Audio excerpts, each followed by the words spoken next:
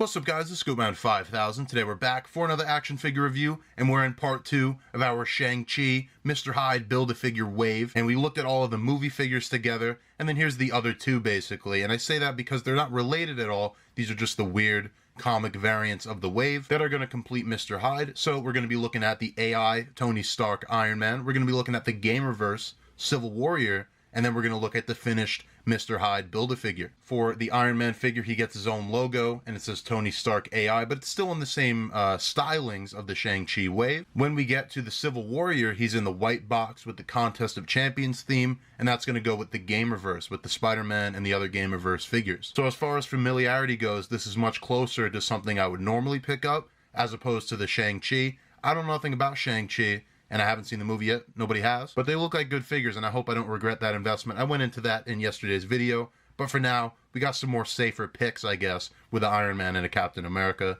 more or less. On each side, you can see some artwork, and always love the artwork on these Marvel Legends, especially in recent times. There's a very cool Tony Stark drawing, and then the Contest of Champions Civil Warrior as well. Same artwork on the other side's flipped. And then on the back of the boxes, you can see the descriptions, the layouts, and the Build-A-Figure breakdown as well. You can see Mr. Hyde's image, and then the other characters you can get in the wave. But with the packaging all but taken care of, let's go ahead, let's take these guys out, and let's take a look at the Civil Warrior, at Tony Stark, and then at Mr. Hyde himself. And here is the Iron Man Tony Stark AI out of the packaging.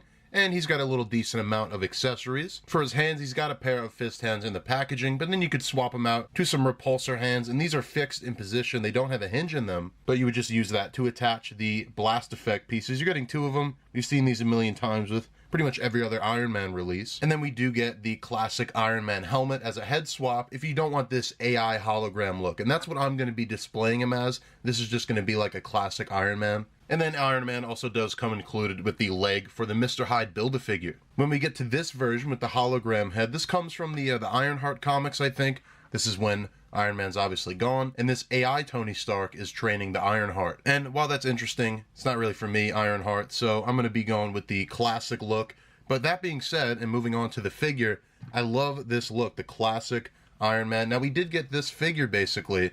It's a reuse of the 80th anniversary, but it almost pops even more because this is classic red and yellow. It's not gold, and it's not really a maroon metallic. This is just like primary colors, yellow and red. It's very simple, very classic looking, and I think it looks great, and I think it really pops on a shelf. It almost looks, definitely just looks like it's made of plastic, I guess, but there's something to that. There's something fun about this. The most interesting sculpting, I guess, here would be the head sculpt. It's a brand new Tony Stark head, and I wonder if we're going to be seeing this on any future figures, but it actually does have a little bit of paint as well on kind of the facial hair.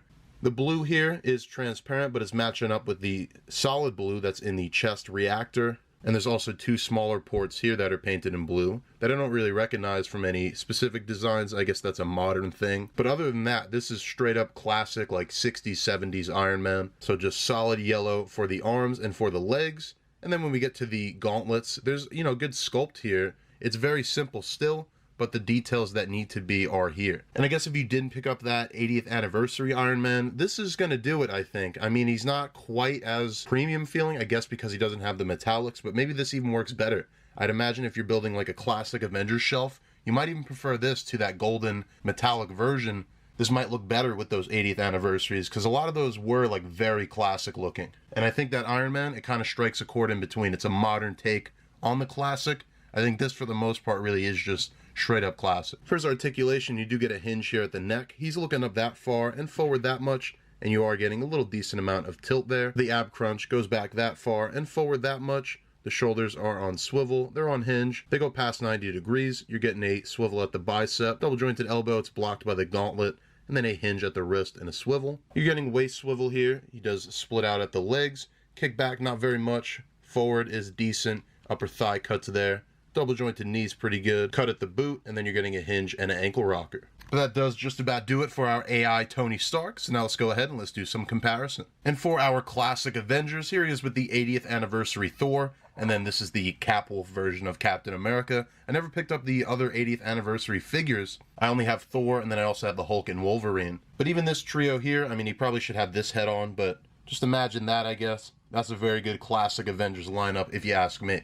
And then our last Build-A-Figure piece before we get to Mr. Hyde in the end of this video is the head of Mr. Hyde. A very beautiful sculpt, but one we'll get into later. The only actual accessory for Civil Warrior is the shield, which I believe is a brand new piece, and it's just a Captain America shield, but it has sort of an arc reactor in the middle. So Civil Warrior, the lightest on accessories, and he also is basically a reuse of the Hydra Captain America, which is interesting. I don't know where those designs came from first, if they're both in Gamerverse, but this is very distinctly Civil Warrior. And I know that is a design that was made by the game, but I don't remember if that Hydra set was a Gamerverse pack. Those Hydra sets, I never picked them up. They always looked very cool, but they didn't really have a place in my collection, I guess, at the time. Honestly, at this point, I've expanded so much into Marvel Legends, they probably would fit in, and especially now that I have Civil Warrior, I might go track down the Hydra recolor of this guy. But for now, here's the classic Stars and Stripes.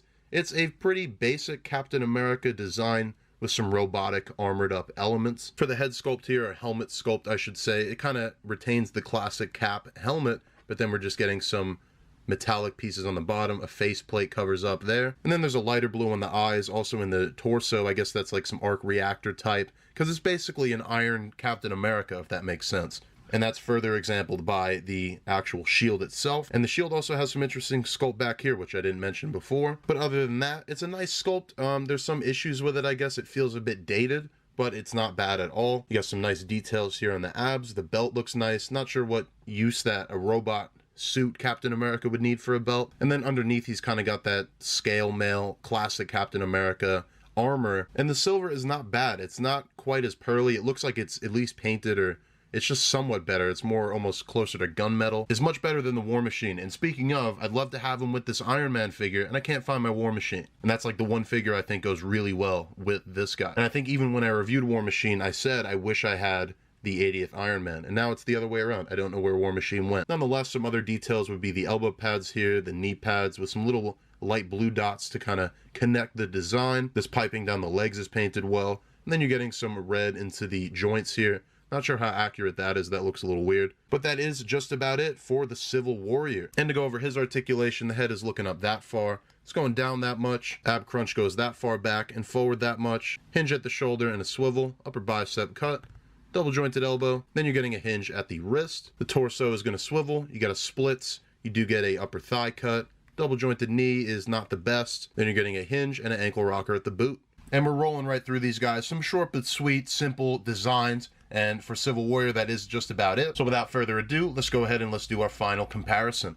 And with that, I'll bring back our Captain America, our classic version, and the 80th anniversary Thor. And then I definitely wanted to do this. I finally have someone to properly display Venom Pool with. He's just been with my other Venom figures, but these are two characters that are original designs from Contest of Champions. So at least now they have each other. But with that, let's move on to our main event, the most exciting, I guess, of the wave, and usually the most fun because of the Build-A-Figure nature, and in this case, it's going to be Mr. Hyde. And finally, here is Mr. Hyde out of the packaging. I'm going to run a little montage of me trying to put this guy together. I will say the legs, very tight when you try to put him together, but the rest of him's pretty simple, and once you get him all together, he's a very good looking action figure. As for Mr. Hyde, like most of this wave, I don't really know what I'm talking about with Mr. Hyde. When I saw it, I thought it was literally a take that Marvel has done on Dr. Jekyll and Mr. Hyde. I mean, we know that there's Marvel versions of Frankenstein, Dracula, Werewolf by Night, the Zombie, all the characters like that. I remember there's a classic Marvel Legends box set of all the Universal Marvel monsters. So I thought this was in the same vein as that, maybe from the classic Marvel horror books. But I guess he's a more recent Marvel superhero character. I mean, he's been around for a long time. I think this design is actually more modern. The characters even appeared in Agents of S.H.I.E.L.D., which I wasn't really aware of. I never watched that show. But I don't know. I like Jekyll and Hyde. I like that character,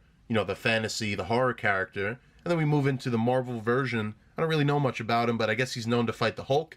And that's almost good enough for me because I love the Hulk, I love that mythos, and I love expanding that shelf. So he's probably going to go along those ranks. But nonetheless, here we are with Mr. Hyde. His only accessory is the cane that he comes with. And this thing has some pretty decent sculpt. It's just kind of the two-tone. The majority is in black, and then the handle's kind of in a cream, a brown color. But other than that, he's very simple. And when I look at him, I thought maybe he would be reusing a lot of either the Kingpin or the Joe Fix-It.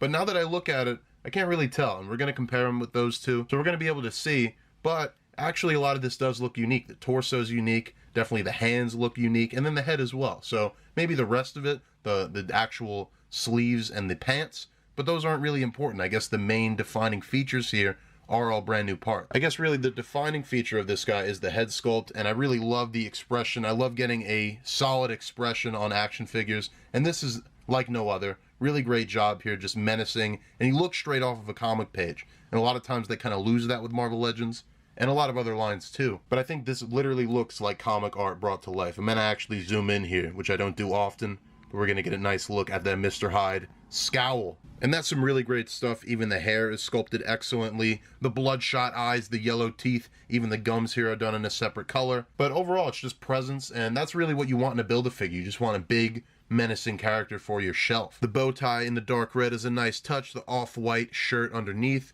even looks like there's like suspenders sculpted in here, which is interesting, and those are painted, which definitely wasn't necessary, but I do appreciate it. It almost looks plain having the vest be the same color, but maybe that's just how Mr. Hyde does it. I don't think I'd ever question him on it, but maybe that would have been nice as a different color, perhaps a brown. So overall, pretty impressed with Mr. Hyde, and like with the Shang-Chi figures, it makes me want to learn more about him. And so I'll probably go read some comics or try to find a cartoon that he's in.